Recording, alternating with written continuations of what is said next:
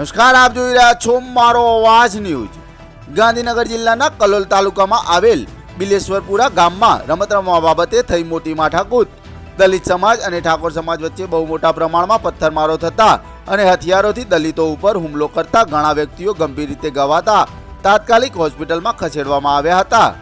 હાલ અત્યારે કલોલ પોલીસ ગાંધીનગર પોલીસનો કાફલો બિલેશ્વરપુરામાં ખડકી દેવામાં આવ્યો અને 5 થી 7 વ્યક્તિઓની ધરપકડ પણ કરવામાં આવી અને જે લોકો હોસ્પિટલમાં એડમિટ કરવામાં આવ્યા છે તે લોકોનું નિવેદન લઈને આગળની કાર્યવાહી હાથ ધરવામાં આવશે।